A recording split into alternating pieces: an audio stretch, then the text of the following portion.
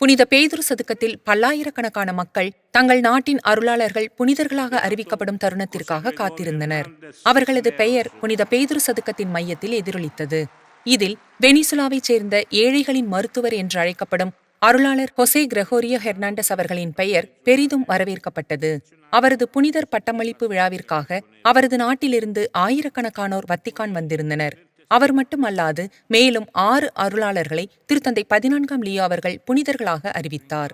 அவர்களில் துருக்கிய ஆயர் இஞ்ஞாசியார் சி மலோயன் மற்றும் பப்புவா நியூகினியைச் சேர்ந்த மறைக்கல்வியாளர் பீட்டர் டோராட் ஆகிய 2 மறைசாட்சிகளும் அடங்குவர். திருத்தந்தை அவர்கள் அவர்களின் பெயர்களை புனிதர்களின் புத்தகத்தில் பதிவு செய்ய முறைப்படி ஒப்புதல் அளித்த போது மக்கள் ஆரவாரத்துடன் மகிழ்ந்தனர். திருப்பலி மறையுரையின் போது நற்செய்தி என்பது செயலுக்கான அழைப்பு என்றும் எந்த புனிதரும் ஏழைகளின் அழுகுரலுக்கு செவிசாய்க்காமல் இருப்பதில்லை என்றும் அவர் மீண்டும் வலியுறுத்தினார்.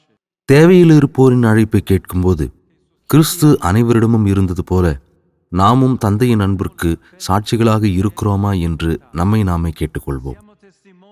இன்றைய புதிய புனிதர்கள் சான்று பகருவது போல அவர் மனம் திரும்ப அழைக்கும் தாழ்ச்சி கொண்டவர், நம்மை நீதிமான்களாக்கும் நீதியுள்ளவர். புனிதர்கள் நாயகர்களோ அல்லது ஏதோ ஒரு இலட்சியத்தின் வெற்றி வீரர்களோ அல்ல, மாறாக உண்மையான ஆண்களும் பெண்களும் ஆவர்.